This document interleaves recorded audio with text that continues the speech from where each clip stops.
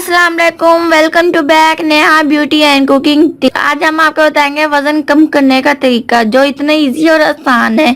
15 दिनों के अंदर अंदर आपका वजन इंशाल्लाह कम हो जाएगा। आप लिख लें इंग्रेडिएंट्स। सबसे पहले आप ले लें दालचीनी एक आधा चम्मच और शहद 1 चम्मच और नींबू 1 और 2 कप पानी। अब आपका मेथड बताएंगे। मेथड लिखें आप।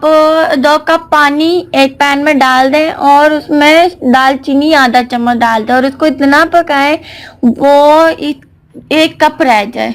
फिर उसको निकाल लें कप में और उसको उससे में 1 चम्मच शहद और 1 नींबू डाल दें और उसको पी लें। इंशाल्लाह आपका 15 दिनों के अंदर अंदर वजन कम हो जाएगा।